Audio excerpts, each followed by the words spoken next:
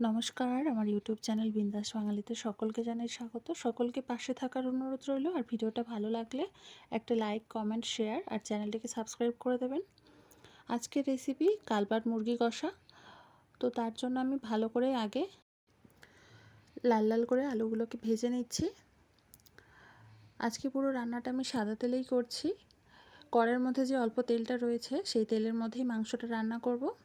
এবারে শুকনো লঙ্কা আর তেজপাতা ফোড়নে দিয়ে দিলাম পেঁয়াজ কুচি, দিয়ে দিয়েছিলাম অল্প একটু নুন, যাতে পেঁয়াজটা তাড়াতাড়ি গলে যায়।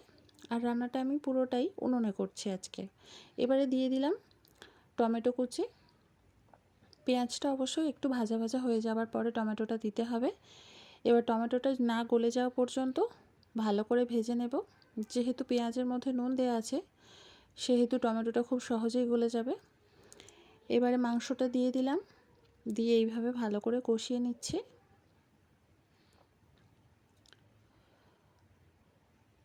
কে কেমনভাবে কালপাট মুরগির মাংস রান্না করো আমাকে কমেন্ট বক্সে জানিও। আজকে আমি এই পদ্ধতিতে রান্নাটা করছি। মাংসটা ভালো করে ভাজা ভাজা হয়ে যাবে এইভাবে কষতে কষতে। আর মাংসের মধ্যে থেকে অল্প অল্প জল ছাড়াও শুরু করে দিয়েছে এদিকে। অল্প একটু জলটা কমে যাবার পরে দিয়ে দিচ্ছি আদা রসুন বাটা, দিয়ে খুব ভালো করে কষিয়ে নিচ্ছি। এবারে দিয়ে দিলাম শুকনো লঙ্কা গুঁড়ো আর দেব হলুদ বাটা, দিয়ে আবারও খুব ভালো করে সব কিছু একসাথে মিশিয়ে নেব। যত ভালো করে এই মাংসটা কষা হবে ততটাই এর টেস্ট বাড়ে। এই যে মাংসের মধ্যে থেকে তেল ছাড়তে শুরু করে দিয়েছে,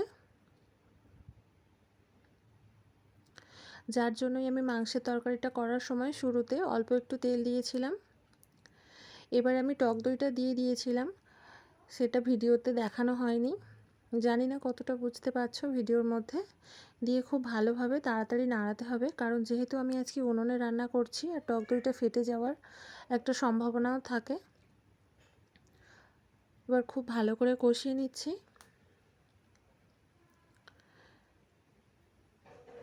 আজকে পুরো রান্নাটা আমি উনুনে করব না,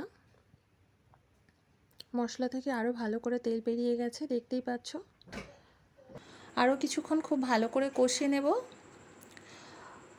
আর কষানো হয়ে গেলে দিয়ে দেবো কুকারের মধ্যে দিয়ে 4 থেকে 5টা সিটি দিলেই হয়ে যাবে। বা যদি কেউ টাইম মেজারমেন্ট করে দাও তাহলে 15 থেকে 20 মিনিটের মতো ফোটানোর পরে তারপরে দমটা বের করে ভেজে রাখা আলুটা দিয়ে দিতে হবে, এবং আলু দেওয়ার পরে আরও 2টো সিটি দিয়ে দিলেই হয়ে যাবে।